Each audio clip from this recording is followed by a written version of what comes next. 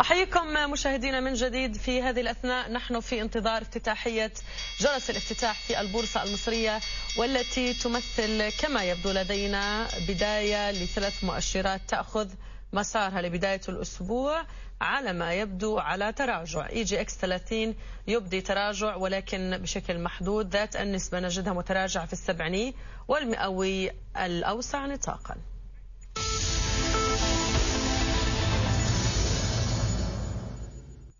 إذا تحركات في قلب الاقتصاد المصري سمعناها وتحدث عنها الشارع المصري في الأسبوع الماضي. ما مدى استمرار تأثيرها على أداء المؤشرات الثلاث؟ لدينا EGX 30 بالقياديات الرئيسة فيه يتحرك نحو تراجع ولكن محدود إلى 5751 نقطة. السبعيني نجده ذي الأسهم المتوسطة والصغيرة أيضا هذه المرة على خسائر ولكنها محدودة.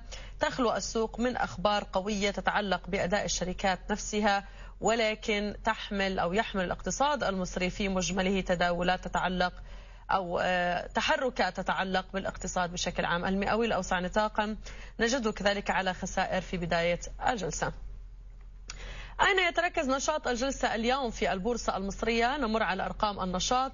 هذه المرة عامر جروب على رأس القائمة 140 ألف سهم، ولدينا بالم هيلز للتعمير من القطاع العقاري أيضا يتجه إلى تراجعات ولكن نشاط بحدود 140 ألف سهم، كذلك كابو القلعة ولدينا الاستثمار العقاري إليكو، جميعها تتجه إلى نشاط في بداية الجلسة. إذا هذه المرة لدينا نسبة الربحية أو أعلى ربحية يبدو أنه تحتاج القائمة إلى تحديث هذه المرة كونه اختلط لدينا فيها الأداء. أما المتأكدين منه على الأقل هو الخسائر. أين تتجه الخسائر؟ أيضا الخسائر في السوق المصري تحتاج إلى تحديث في الأرقام. هذه المرة حول طبيعة التداولات في مطلعها لهذا الأسبوع في البورصة المصرية نتابعها بمزيد من التحليل مع ضيفي من القاهرة السيد محمد جاب الله، مدير القطاع المالي والعمليات بشركة أرب فاينانس لتداول الأوراق. أحييك سيد محمد. صباح الخير. أهلا، صباح النور. ما الذي تحمله السوق المصري في مطلع تداولاته لهذا الأسبوع، محملة أيضا بمجموعة من التغيرات فيما يتعلق بالساحة السياسية وكذلك الاقتصادية؟ والله هو السوق الفترة اللي فاتت كان وصل للمستوى المستهدف بتاعه اللي هو كنا حددناه الأسبوع اللي فات، وقلنا إن مستوى 5800 5900 يعتبر من مستويات المقاومة الهامة في السوق المصرية، لأن اختراقه بيؤهله لمرحلة جديدة تماما من التداولات أو من الارتفاعات القياسية. فلما وصل إلى مستوى 5884 ابتدى يجني أرباح الفترة اللي فاتت كلها، وخاصة إن احنا كنا حققنا أرباح قياسية في عمر المؤشر بداية من 5505 لما كسرناها وتحولنا من الاتجاه العرضي قصير الأجل إلى الاتجاه الصاعد. فاصطدم المؤشر بمستوى 5800 5900 وابتدى يجني أرباحه فيها. حاليا نقطتين هم اللي بيحركوا السوق.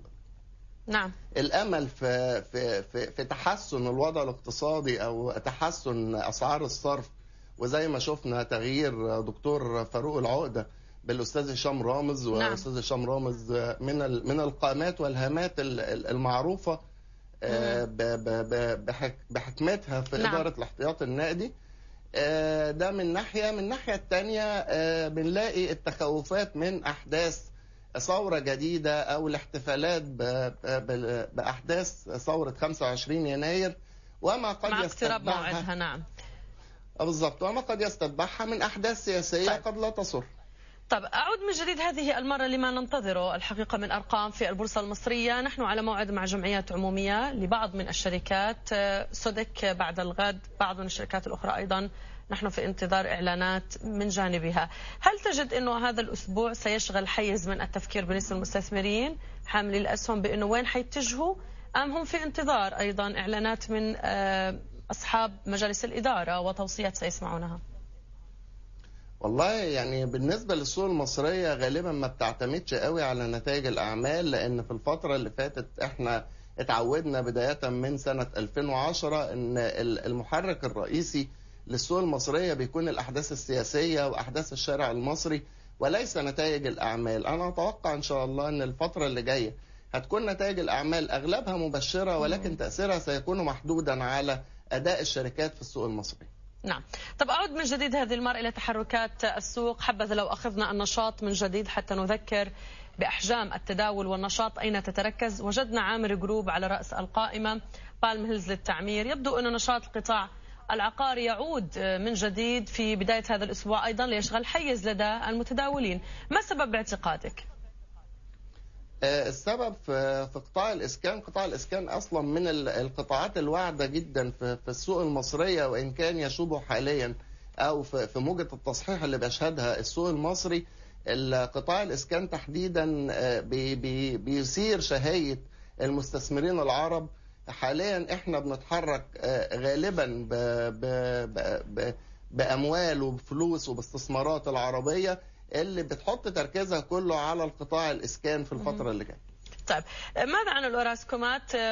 هل تجد اتجاهاتها في هذا الأسبوع موفقة؟ في عنا على الأقل أوراسكوم تيليكوم تأخذ مسار مرتفع اليوم، لكن الإنشاء اللي بهمنا اللي وزنه أثقل في السوق ماخذ مسار متراجع، تراجعاته فقط طفيفة جدا بقرابة 23 فلس على ما أعتقد على حركة السهم. بالنسبة لأوراسكوم للإنشاء هي منتظرة خبر التقسيم. خبر التقسيم ده هيكون له مردود إيجابي جدا على السوق ككل وليس على أوراسكوم للإنشاء وحدها.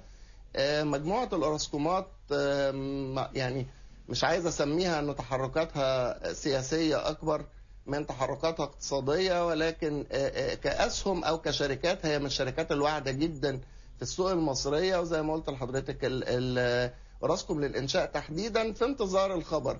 هي كل الفكرة ان هي بتجني بعض ارباحها، لان هي شهدت في الفترة اللي فاتت كانت هي والبنك التجاري الدولي هم اللي كانوا شايلين السوق في ايام الصعود. فمن الطبيعي ان هي تبتدي تتحرك في ايام تصحيحات السوق بشكل ملحوظ شوية في السوق المصري. نعم، أشكرك جزيل الشكر. ضيفي من القاهرة السيد محمد جاب الله، مدير القطاع المالي والعمليات بشركة أرب فاينانس لتداول الأوراق المالية.